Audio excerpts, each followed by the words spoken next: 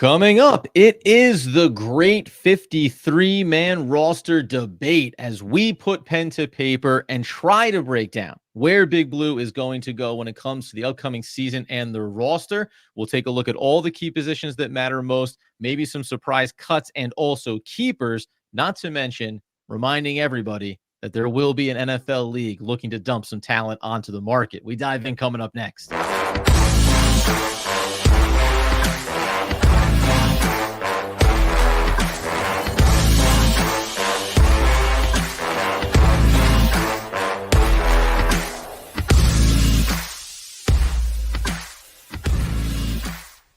Yes, my friends. It's OGP, the One Giant Podcast, where you know that we are your host. Over here, Adam Armbrecht. Over there, Andrew Makowitz. We're healthy, we're wealthy, we're wise. We're gearing up to get down to that final preseason game against the Jets right now, live on YouTube, Wednesday morning, joint practice session with the Jets, Andy.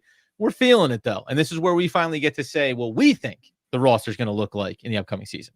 Yeah, I mean, listen, there's going to be a lot that happens between now and when they actually announce the 53-man roster, which it makes this a very challenging feat for us to try to accomplish. Obviously, with some of the injuries that have happened, especially in the last couple of games, things are in flux. But as of right now, I think you and I both feel pretty good about certain areas that people might actually be surprised about. Yeah, man, there's going to be, we're going to dive right into this here. We'll have other discussions, injury updates, and otherwise tomorrow. It will come out of the joint practice and all those things. But there's a lot to get to and a handful of areas that Andy and I disagree is maybe a heavy term, but we're trying to find different ways to construct this roster that makes sense. So if we turn our attention first and foremost over to the offensive side of the football, Andy and I built out our spreadsheets and said, let's count it up offensive and defensive. Starting in the QB room, right off the bat, Andy, we have a disagreement because you're going to keep Tommy DeVito. I'm going to go ahead and try to pass him through to the practice squad and then use him as my emergency quarterback on game days. Because frankly, listen, if we end up in a spot where Tommy DeVito is starting games for the Giants this year, it's not a knock on him. It just means the season is already going in a different direction. Any major injuries, I think, would have the Giants go into the market anyway for a quarterback. Yeah, listen, this is a very difficult one because you only want to keep two. They have this emergency quarterback rule. Like, who knows what that actually looks like for game days. I struggle with this too, Adam. When you look at 2023, 66 quarterbacks started an NFL game in 2023. And there's not that many teams, just to get it clear. Yeah. Just to let you know, there's not that many teams. It means at least two quarterbacks per team have started. The reason why I have three quarterbacks on the initial roster is twofold. One is because of the injury concerns. You already have Drew Lock having some injuries with his oblique and hip. He's starting to practice, may play in the final preseason game. That's encouraging. But Daniel Jones is also coming off a knee injury and a neck injury. He's had multiple injuries. And so for me, I look at it from the injury perspective that you probably need him. And the second one is Tommy DeVito will most likely get claimed by another team. I think he has shown enough in the games last year as a starter and even in the preseason to warrant being a backup for another team that wants to go with a cheap alternative option.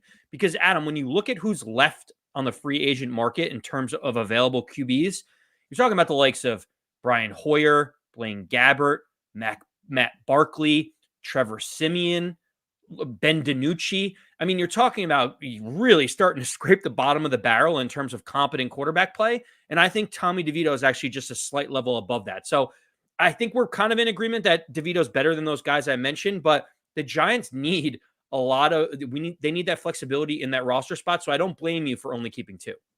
Yeah, at the end of the day, if you talk about the QB room and maybe another team wants to pick up Tommy DeVito, I just go with, more power to you. I don't think that there's really going to be a make or break moment to that. You could say you want to keep him because he's somebody that this coaching staff has developed. Fantastic. But ultimately, I go with two, you go with three. We move on to now. What I think was this one was fascinating to me, man. The offensive line room. Okay, we all understand. We're going with Thomas, Runyon, Schmitz Jr., Van Roten, and Illuminor across the starting five. But then we get into the depth of this room, Andy. And this is where you want to call it the first surprise. Yeah, it probably is. I have Evan Neal at this moment being cut. There's just there is no fathomable way, even though it comes with a dead cap hit, that you could go through camp, and we just heard that the coaching staff, everyone inside the building, is taking on Joe Shane's mentality of wherever we find the best possible players to play for us, it doesn't matter where they come from. Now, that's a nice safeguard for a guy who drafted Evan Neal and doesn't want egg on his face. He hasn't played. He's been injured. He's back at practice. He would probably have to show up here in this game and really show something against the Jets in the final preseason, and then look good and healthy going forward before we get to cutdown day. Because as it's been said by Art Stapleton, it looks like it's Azudu and Evan Neal battling for the backup swing tackle spot. Well, how can it be a battle if he hasn't even been on the field? So I cut Evan Neal in this case, and my backups end up being, there was some fun debates here. I end up going with Azudu. I keep Stinney. He's the guy, but I haven't loved what I've seen in totality in preseason. Schlotman, Kubis, and then Mayfield is my other keep inside of the 10 line room for me, but you only go with 9, I believe. Yeah, so I only went 9. Listen, the only real big difference that I think you and I have, you're keeping Kubis. I think that he's a perfect practice squad type of candidate. If he can't beat out some of the second string of the Giants, is he really going to make another roster? To me, I think he's probably the safest bet to make the practice squad in terms of the offensive line.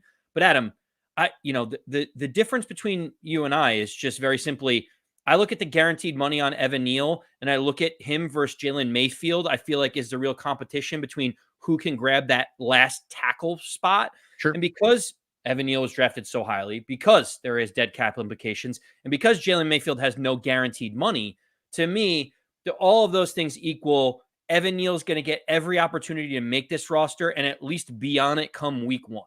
Yeah, 100%. Maybe he is, and the money and everything else. But again, it's just between the injuries and then not being healthy enough this season, this preseason, to be able to showcase that he's capable of being that guy for this team. It makes it really hard for me to look at that. And by the way, I went with Kubis. Just a footnote here. If you go back and look at some of the PFF grades coming out of the first 2 preseason games, there is a notable player that maybe, you can go either way with him. But Joshua Miles played some significant reps in both games, came out with pretty solid grades. One of the easiest things that you can do here, if we just want to remind everybody, that I went ahead and cut Marcus McCathan. Now, I don't know if you moved him through to your practice squad. You did. I have him being a straight cut because why? Go look at the reps count, man. He has not been on the field in these preseason games, even in garbage time, under 10 reps, under 5 reps. Like, that's all you need to really track here when it comes to players going all the way back to the Lions game. And then we'll see who else is there. So you can kind of start to, cut down how many guys are really competing for spots. I think it's just time to cut ties with Evan Neal and be a little bit bold. Let's move on from him and let's give another guy a chance. A lot of some young players in the mix there, obviously. I think you and I, just footnote here, would both agree that this is one of the key positions when it comes to cut downs. The Giants are going to be looking around, seeing who's available, and maybe bringing in a veteran where ultimately, as you say, Kubis ends up on the practice squad, and you get one more vet to solidify that interior. Yeah. For the offensive line, just for a frame of reference, I like to go back to last year, Joe Shane and Brian Daboll, how they constructed the roster. It's not that it's a be-all, end-all, but it's an indication of how much they like to allocate, if possible. They allocated 9 spots for the offensive line. They signed multiple guys in free agency who they hope are going to be there. So because of that, I kind of feel like you're not going to allocate more roster spots after spending money in free agency. But really, what are we talking about? We're talking about one roster spot here or there. I allocated it to Tommy DeVito. You allocated it to Kubis. No harm, no foul so far. Getting into the wide receiver room, then, when we take a look at, let's be obvious, Neighbors and Slayton and Wan'Dale Robinson. We'll talk about how Slayton has been leading in that top 3 group along with those other 2 talents. So Jalen Hyatt behind in the pecking order, but he's obviously going to be in this group as well. When we look at my room, I go with Boykins for the special teams value, gunner value. I'm going to keep Ford Wheaton right now, for right now, and then I'm going to think about what it looks like. So I end up with 7 wide receivers because I keep McKenzie as he's going to be my punt returner, kick returner. Flip it over to you. You're only carrying also Neighbors, obviously the top 3 guys, Boykins. You kept Robinson in the mix here for the wide receiver room. Good performer. I had to lose him because I ended up coming down to special teams value, right? Like multiple values. Why Hodgins pretty much got sent out the window here because his special teams has looked ugly in these first 2 preseason games. Yeah, this is a hard one because I don't necessarily find myself wanting to find a roster spot for Miles Boykin, but every single person that's close to the team is like, he has a specialized role on this team. It is not wide receiver. It is gunner. It is special teams. That is what he's here for. Yeah. And Adam, I think that's something that we're probably going to have to figure out as we go along is how many guys are just going to be dedicated special teams guys? Because for you and me, like the versatility of being able to be a wide receiver in a pinch. I don't think the Giants are thinking about Miles Boykin as a 5th or 6th option at wide receiver. And so that makes it challenging. But I am only going on what I am hearing. And what I am hearing is that Miles Boykin has carved himself out a role specifically on special teams. But for you and I couldn't agree more about, obviously the big four are locked in terms of Neighbors, Hyatt, Wan'Dale Robinson, and Darius Slayton. I think that Allen Robinson, just as a veteran leader, has shown a little bit more than Isaiah Hodgins has. And it's tough because when Isaiah Hodgins came over and the Giants claimed him, he almost saved the 2022 season with how he performed. He scored a touchdown in almost every single game the back half of the season. It's just we haven't seen that progression. He's not a burner. He's not the biggest athlete. So, he doesn't really provide that one thing that you can hang your hat on. I think the Giants would be lucky to be able to sneak him back to the practice squad and be a guy that could maybe come up in a pinch. But yeah, I think Allen Robinson just brings a little bit more to the table. I thought Allen Robinson was completely done. I don't know about you, but this camp, he's shown that he's got still a little bit something in him that I want to see. Yeah, whether it's him or Hodgins, one of them gets to the practice squad, and I kept Bryce Ford Wheaton up. Listen, he graded out 85.4 on special teams when it came to the game against the Texans, so I'm going to give him the opportunity. The injuries continue to be a problem for him, but then he be the sneaky play to also maybe have some actual wide receiver room value. But we're going to talk about it. You'll see the theme. I kept one more kind of special teams wide receiver here. When we get over to the defensive side, you'll see where we contrast in terms of how I ended up keeping that extra guy. Taking it down another layer here, we go to the running back room. This is where, again, I think you and I don't think, I know it. I've seen the sheets. We disagree about something, and this isn't a knock on Deonte Miller. I like him. I think that Joshua Kelly, that Lingard, who's already gone, I think these guys were brought in to try to not overexpose Deonte Miller to the league. Now, whether or not people already like the hype, I think sometimes it's easy to get lost in what we see and what we're talking about around the Giants. I don't know if the league is looking, oh my God, if we can get our hands on Deonte Miller. So I think this is a sneaky play to try to get him through to the practice squad because I need the other roster positions, but it's not a knock on him. So I end up only going with 3 running backs: Singletary, Gray, Tracy Jr. Let's assume that he looks clean and healthy the rest of the way here coming back from that injury scare. You go ahead and keep all 4, obviously not wanting to risk losing Miller, I assume, because I know he's your off-season rookie darling for the Giants. I really do believe Deonte Turbo Miller is going to be a contributor on this Giants roster. As do I. Adam, as of like a week and a half ago, Turbo Miller tweaked his hamstring. They knew that he wasn't going to participate against the Houston Texans. It's why Joshua Kelly was signed to kind of take a couple of those third or fourth string reps.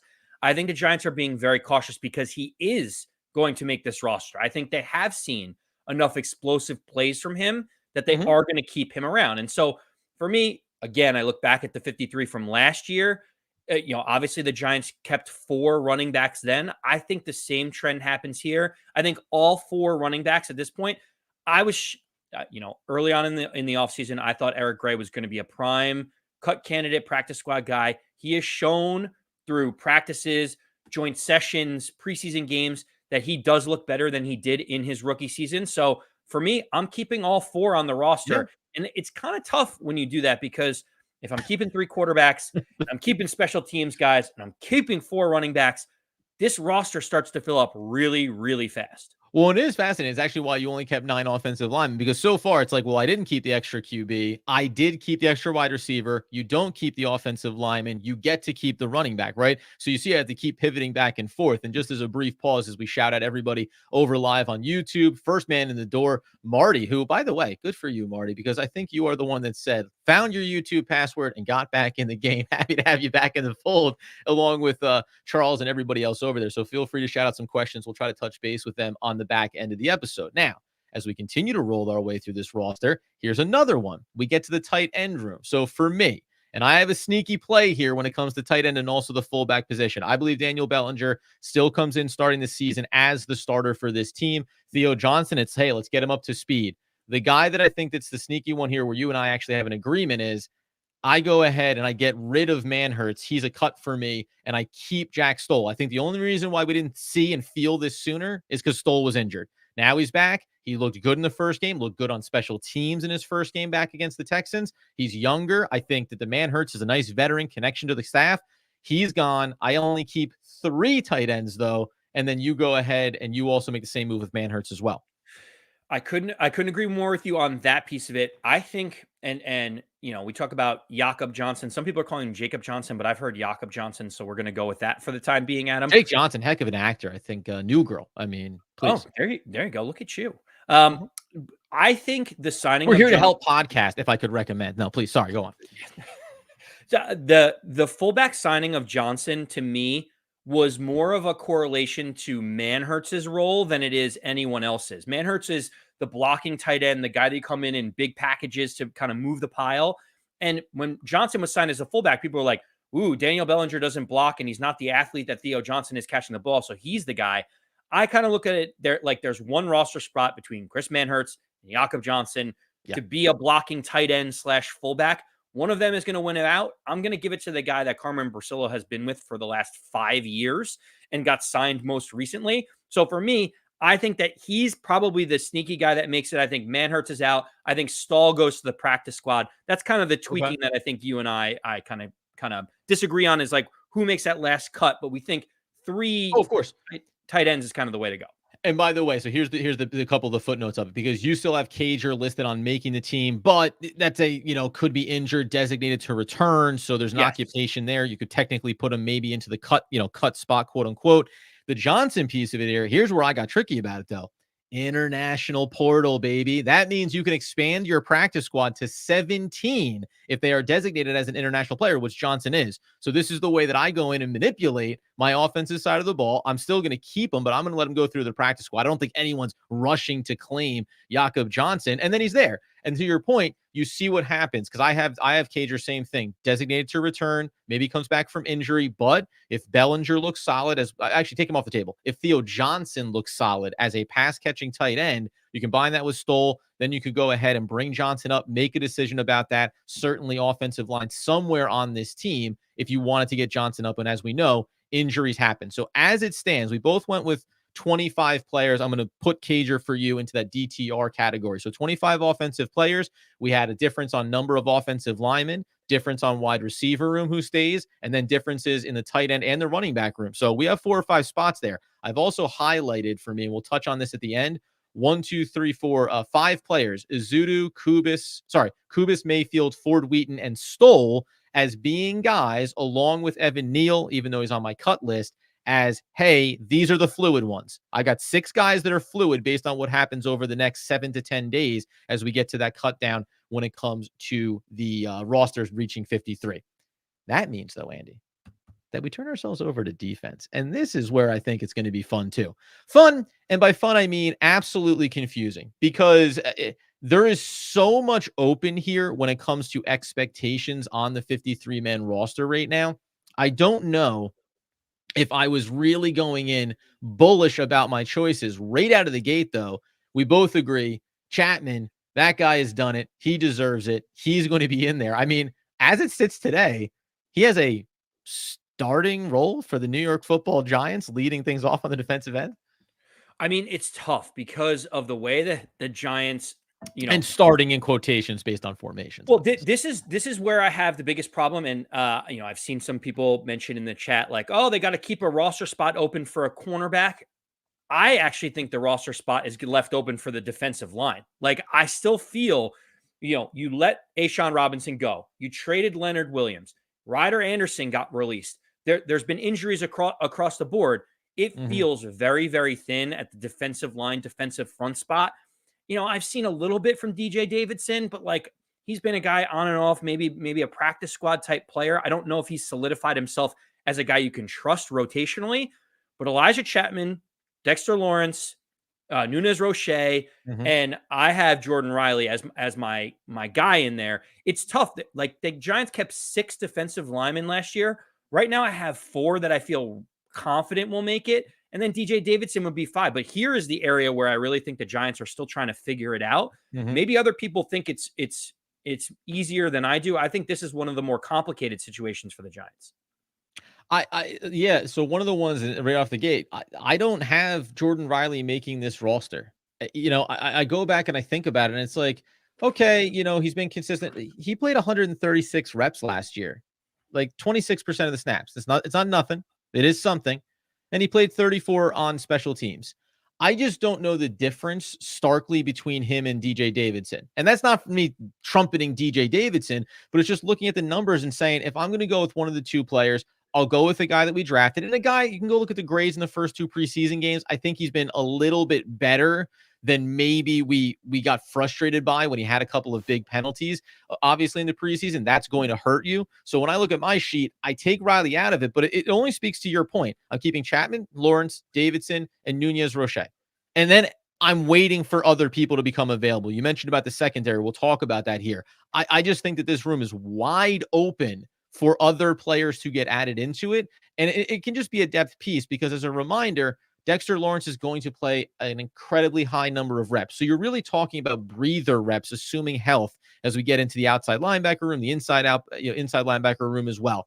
It still means, though, something has to give here. So internally, where's the confidence?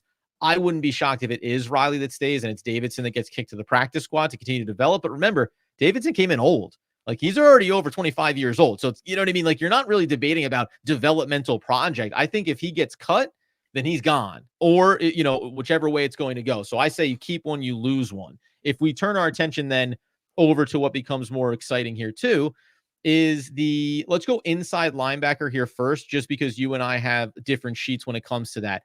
I went with Bobby Okereke, Micah McFadden, Muasau, the rookie, who I think has shown enough. And then I'm going to go ahead and lean on the guy that has had special teams value, has experience. He's not sexy. He is my boy, Carter Coughlin. I have him making this initial roster here, mostly because there's been some other injuries. And again, this is another room that can maybe use some depth. You ended up going with Coughlin as well, but you kept Deontay Johnson in the mix, and then you put Adams in there behind Okereke. Yeah, so the issue that I have is Muasau, obviously he was a late round draft pick for the Giants. It could go either way. Obviously, he's an interesting developmental piece. But again, we talked about the special teams value before. I have been told and beaten over the head by people closest to the team saying Matt Adams has a role on this roster. He is a special teams star. And so when you hear that and everyone tells you, like, you don't know what you're talking about, Andy, like, you don't see what we see, he has a role, I have to listen. And so Matt Adams makes it. I think Deontay Johnson, now in Shane Bowen's scheme where they play quarters and he can be a little bit more of a quarterback, he has looked so much better than what the Giants did under Wink Martindale and brought him in. This system suits him so much better. It's a tough situation because I don't have enough roster spots. Maybe this is the reason why you don't keep Tommy DeVito and I do, or whatever. But Muasau, so far, like, his size isn't prototypical for the position, and they've said that a million times on the telecast. He's kind of like a project to me, and those are the types of guys I put on the practice squad as of now. If I had another roster spot, he would be on the short list of the people that would make it, because we don't really know what this inside linebacker room is going to look like. And by the way, too, because we're going to talk about some other names here, they all fall into this category. It's like, well, kind of instinctual. They're good against the run, maybe. None of them look exciting against coverage, so that's hard to want to keep them from a depth perspective. And the thing that jumped out at me was, because Adams, I did automatically want to do that. And I'll go back and do more eye tests. He graded out 37.8 on special teams against the Texans. What am I supposed to do with that information? He's a special teams guru, but he can't get across the line. And by the way, if you go back and you think about it at a high level, remember, I kept Bryce Ford-Wheaton. He's more of a special teamers first, and then we'll see. So I had to lose a special teamer somewhere else, and we know Carter Coughlin has special teams value as well. Again, former regime, they brought in Adams, so that's an interesting one. Veteran player. I wouldn't be surprised if it goes either way. And I put Adams down to the practice squad. Like, I don't think anyone's stealing in to claim him here. I also, by the way, just a quick footnote, got Beavers to my practice squad. You straight up cut him. I think it's more likely a straight cut than it is practice squad, but I'm still trying to be optimistic in that way. Let's then take a look at these edge rushers, or however you want to frame them, left and right outside linebacker. Obviously, I debated about highlighting, and maybe I still do, Boogie Basham as, like, if another player becomes available, just because he's performed fine, Hasn't been great, struggled against the Texans, but I kept Basham. I kept Ojulari at this point, and I also currently kept Whitley highlighted as one of the first out the door if a player becomes available. And this is where Andy takes center stage because Azeez Ojulari, we hardly knew ye, no longer a member of the Giants. I am still so it's harder when we have so many injuries that have happened over the last few days where like players ironically, right? Azeez Ojulari, a guy that is often injured now with all the injuries. Because of other people getting injured, he takes some more of a focal point of like, well, we can't just let like and he looked okay and he looked decent against the Texans as well, which is a nice bounce back, but he did. Credit where credit's due. He got in the backfield. He had a would-be sack that ended up being an intentional grounding, which by the way, I think this is for another podcast, but like if you get an intentional grounding on the quarterback, you should almost get credited with at least half a sack, right? You caused him to be down there. How do you not get a sack out of that? Like just because he released the ball illegally, you don't get the stats. So Ojulari would have had a sack if they didn't count that. But Adam, I told you, Ben Windley has had his hair on fire. I believe that if the Giants can find a way to move Azeez Ojulari and try to reallocate either draft compensation or reallocate where money goes, I think that he is a prime guy for this team to be able to move off from. And Ben Whitley becomes the fourth, edge rusher, outside linebacker, however you want to describe it.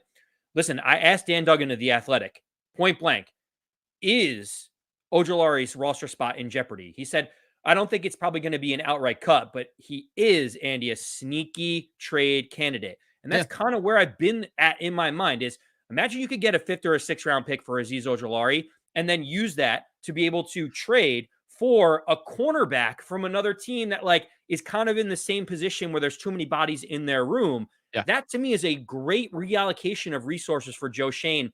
I think that there's a better than 50-50 chance that Azeez Ojulari is not on this roster come August 27th when they finally announce the 53. And I tell you, man, whatever you thought Ryder Anderson was going to be with his injury, does he get labeled as a designated to return? We have some updates around injuries and guys that are week to week versus day to day. So yeah, it's that weird short-term thing. I'll still land with, as I kept him, that maybe that decision, not unlike what you're painting, a draft pick and something, and it turns into maybe just happens in the season once you kind of solidify and see where cuts come from and where your depth is. Because right now, again, it's not even a knock, and you're not knocking Azeez Ojulari. Just hasn't lived up to performance and hasn't been a capable enough piece. And remember, he's in a contract year too. So if you're going to get any value, now would be the time before he walks in free agency, whatever that's going to look like for him. Now we get to Andy. This is another part of it. So I kept Whitley on my team. I put him in that core group. But again, if I kept Lewis out, even if I kept Adams, there's not great coverage inside of the interior linebacker room. And even when you extend it into the edge rusher group as well, Boogie Basham is not spreading out into coverage. Neither is Ojulari or Whitley. So when we get to the cornerback room, I have a pretty robust group of players extending into the safety room as well. It's Flott, it's McLeod, obviously. On the left side, we're going to have Deonte Banks. I kept Trey Hawkins III. I really debated about where he is and what he is. This goes into who becomes available. I still kept Darnay Holmes because his special team grades have been really good. So I wanted to keep him. We'll stop there. And then I have Phillips and I have Simmons, obviously, in the nickel package. What differences did you see before I highlight my surprise make? Darnay Holmes is the name that I highlight. You talked about his special teams capabilities. I mean, maybe I have enough special teams. Coming up with is like, how many guys are we keeping just for special teams? The 5, 6 players are going to be in it for special teams. I know. Miles Boykin, Matt Adams, either Olszewski or McKenzie. We're talking about like half a dozen guys that are just being kept for special teams value. It's very, very difficult. And when you think about where Darnay Holmes seems to fit best, it's at that nickel corner spot because he's not necessarily has the size to be able to do it. Well, guess what? The Giants drafted 3rd round draft pick Drew Phillips to be able to fill that role as a guy that can get into the box and tackle. They also re-signed Isaiah Simmons specifically for the nickel cornerback spot. Those two guys are solidified as 1 and 2. So when you're thinking about where does Darnay Holmes fit, are you just keeping him for special teams? Or are you keeping him as an emergency guy? I think at this point, I don't really see him making this 53-man roster. And so because of that, I have him as a guy that's more likely to be on the practice squad, but who knows? Maybe another team would claim him, but he is not on my 53-man roster. No, and I highlight him as being, again, first guy out the door if we end up in a situation where another player becomes available. Now, here's the other part where it becomes interesting as well, because when I look over at your sheet, we'll talk about the safety room now, where again, so all the same pieces. McLeod seems to have cemented himself in there, and there's also some highlights about how him and Deonte Banks communicated well in the Texans game. So good to see him continue to develop, even if he feels like I guess if it has to be Nick McLeod, but hey, if he's performing well, be thankful that you have somebody. Safety room wise, you have Belton, you have Pinnock, you have Newman, obviously, and Gervarius Owens. I end up adding in my sweet, sweet secret stash. Alex Johnson, to me, like I did in some ways go out of my way to keep him. I didn't keep David Long Jr. inside of this secondary group. I would put Holmes as a cut candidate before Alex Johnson. We reached out to talking with his agent, going to try to connect with him this week to learn a little bit more about him. He came out and played in the Texans game, 41 reps, 19 run, 22 in coverage, graded out 76.4 overall, 83.4 tackling, and 69.4 in coverage. When you think about keeping Isaiah Simmons as a, quote, nickel corner, the coverage weaknesses right now as currently constituted between the secondary depth and then that linebacker core we talked about, I'm going to take every chance I can to keep a player that's long and lean and has some versatility between cornerback and safety. So I gave it to Alex Johnson to keep him in this room. Yeah, listen, Alex Johnson has performed well in the limited amount of snaps that he's gotten in the preseason. You mentioned, obviously he got more in the Texans game as we start to in their depth as well. See what the depth has a little bit more. I just think, it's really tough. That's the only big difference that you and I have is that you kept Johnson. Yeah. I did not. I put Johnson on my practice squad. Mm-hmm. I think he's the perfect type of guy that like you have in the building. He's not quite ready yet. But like if one of our primary safeties, if Gervarius Owens goes down tomorrow, you can elevate that guy. At least he knows the scheme and the system. But you're not going to allocate a roster spot for him. Like if it's between Alex Johnson and Tommy DeVito, for me, I keep DeVito just because I think he's going to get claimed where Johnson may not. And you might be able to get by just pulling in a random safety, to be able to develop. So I kind of agree with you in the safety room. I think we both feel like there's four safety, free safety, strong safety, however you want to describe them, that are locked in. You're probably holding on to one more, knowing that the secondary has a lot of question marks. I'm going to keep four for now and put Johnson on my practice squad. Listen, we don't need to worry about talking about how Gillen and Gino and Kreider are all going to make it there. You did have Gunner making it as the kick returner, punt returner. I already mentioned McKenzie as being my guy in the quote wide receiver room that falls in that category, excuse me. But I mentioned this before. This is where I think we come to, you can look at a couple of things. So my practice squad, Casey Rogers gets there. Bow, who they just picked up, but he's 22 years old, so he makes it. I put Johnson there. I said Beavers, Adams, Clayton, who they just brought in as well, just because, again, young player. Get a look at him if they seem okay. Get the extra kicker down there to the practice squad as well. Guys like Miller obviously would be a big name on my side of things. I also put Gunner into the practice squad here. I right now have Houston makes it to the practice squad, Hodgins, Joshua Miles, I mentioned before. Like, is there anybody on your practice squad group that you look at and go, I'm kind of hoping that I stashed him here so he becomes something? I have a few of those names on my roster by design, especially on offense. Yeah, I mean, I put Casey Rogers at the defensive line, defensive tackle position. Obviously, I've highlighted him and Turbo Miller quite extensively over this offseason, just being like, hey, these are guys that really could be a contributor. Maybe they're not ready right this second, but Casey Rogers has the athleticism. I think the Giants want to see more of him. He's the guy that I think they would absolutely love to be able to get there. Yeah. I have Muasau as my practice squad guy, maybe because he just got drafted by this regime. The Giants feel a little bit more comfortable with him. But Tom and Fox is another guy that is just. I'm fully out on him. He's cut for me. Yeah, he's kind of like in between where he hasn't shown enough to be able to make the roster, but he feels like a guy you kind of want to still see what he's got because he's been around the system for so long. So for me, I have him in my practice squad. Other than that, I think there's going to be more changeover for the Giants. I have less guys allocated to my practice squad than I think you do, because I think that there's going to be a lot more guys that get released by other teams that the Giants may be interested in pulling in and seeing what they have over the next round of roster cuts. Yeah, 100%. I mean, honestly, it's like when you list Hodgins in Houston, like me on my practice squad, I mean, yeah, great, grand. Maybe it's Allen Robinson, but those are two spots that you automatically say who else could be available, and then you have to push down guys from your starting 53. Likewise, I intentionally went out of my way for Darian Beavers or Clayton or Bow, like all these guys. Those are very movable pieces if you think other guys become available. And again, this was the other thing. Before we'll turn it over to some of the comments, is everybody live over on YouTube? We want to run this thing. Want to go ahead and put it out there. We both came away like, listen, I said Evan Neal's a cut candidate. Got to bite the bullet. You cannot sit here and rest on the fact that, well, we spent a high draft pick on him. He can't be out there performing. Azeez Ojulari, maybe via trade. That's Andy's big guy to watch here. But I did say, I highlighted now for me defensively, it's Coughlin, Whitley, Holmes, Gervarius Owens. I think you at least have to keep in that mix there. And then obviously I have to put Johnson and even Trey Hawkins, though. That's 6-7 guys, same amount on the offensive side. Do you agree? Because we talked about this last episode. You said, well, it's really only maybe 3 or 4 spots that are really being fought for here. But after you go through this exercise, like I think you have to look at it and be like, well, 8, like there could be 8 roster spots here. It doesn't mean that they're in terms of the locked in guys. Yeah, those guys are all set here. But if I go and crunch the numbers again, like I can take away Kubis. I can take away Ford Wheaton. I can take away Stoll. I can take away Whitley, Coughlin, Holmes. Like that's 6, 7, 8 positions where when cuts happen, I'm automatically going to start looking to fill those in a little more aggressively. I think there is a lot of opportunity here for this team when it comes to cuts. And I wondered how the Giants fan base is going to feel when we hear the outside perspective that they are among projected one of the worst teams in the league.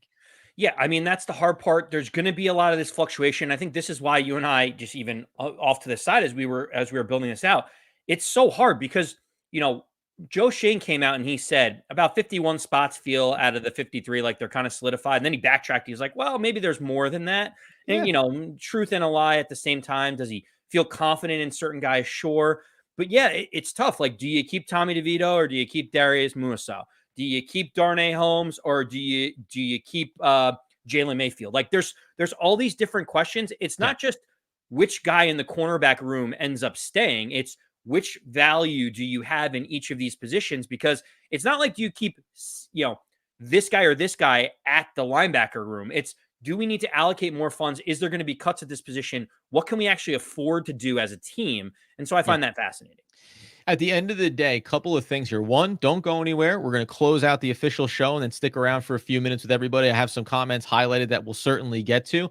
Coming up later today, you will be able to see both of our roster breakdowns over on onegiantpodcast.com. So you can go ahead and take a look exactly where we stacked up. We'll have them side by side, which will be a fun exercise. And I already think I maybe overinvested in special teams, but there's just so much flexibility for this roster in terms of guys and positional value where tragically there's too many players that you say they do one thing well, but not necessarily the other thing. And that can lead to a lot of problems, but also a lot of opportunities. So we'll keep an eye on all on this, obviously on YouTube at One Giant Podcast. This will go up on the podcast feed also later today, officially back up and running on Spotify as well. So get us wherever you want to absorb it.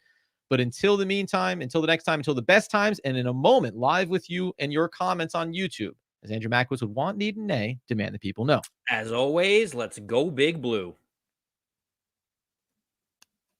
Yes. Didn't bother with the outro music, guys. Listen, I really appreciate everybody in the comments when you're running live. And by the way, when you're running live about a 53-man roster projection and you're trying to stare down your depth chart, maybe touch base with Andy's or vice versa, it gets a little bit, jumbled up there. So really happy that everybody is in here.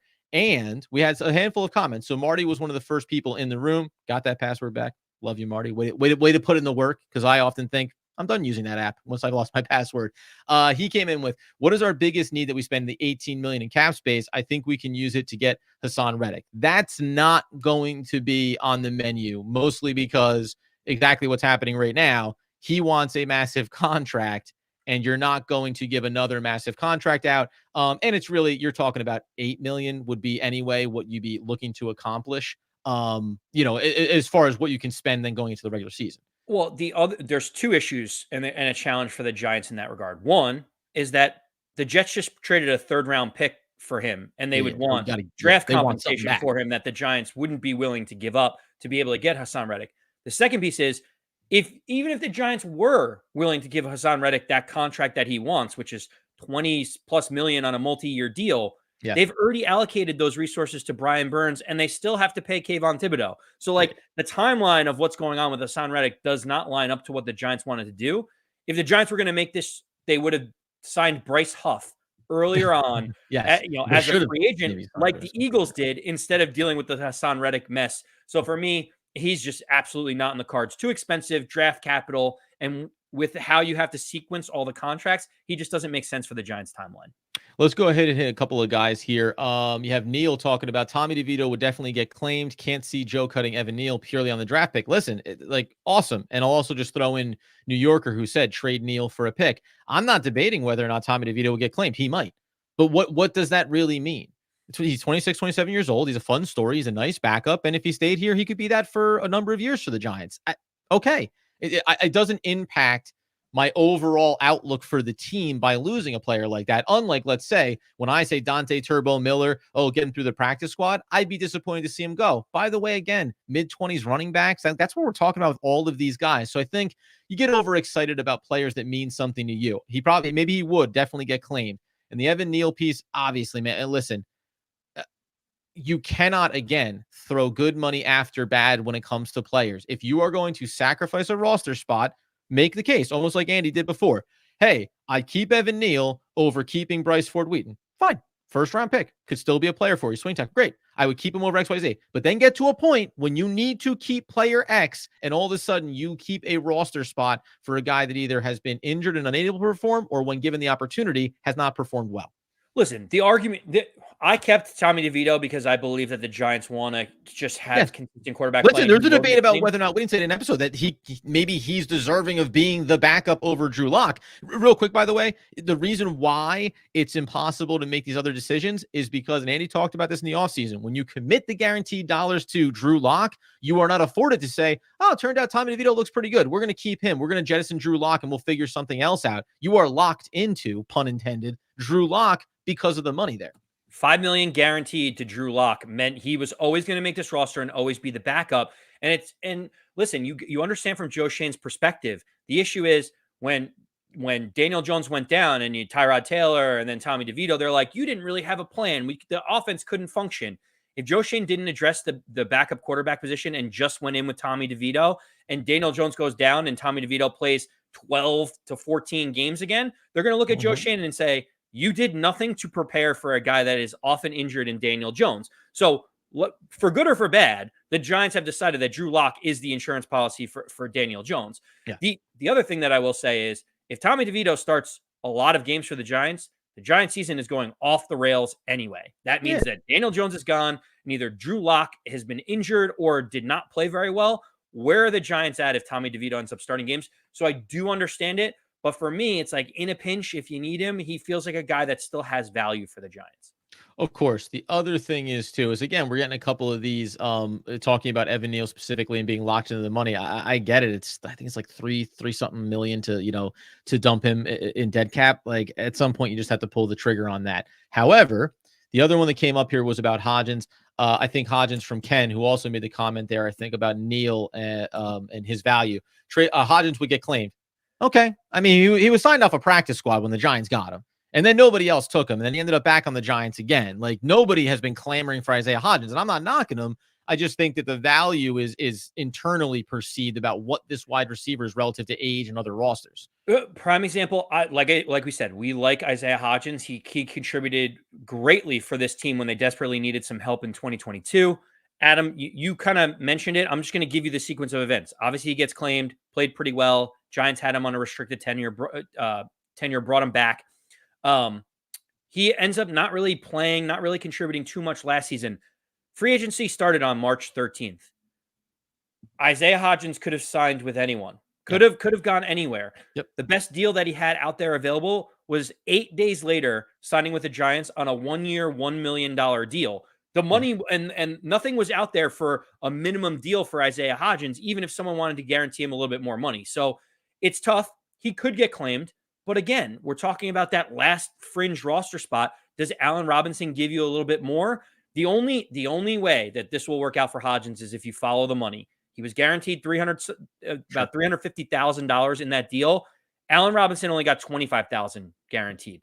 So there is a commitment to Isaiah Hodgins, albeit slightly more. But the question is, who brings more to the table? I think Allen Robinson has shown over the last month and a half, 2 months, that maybe he does have a role in this team.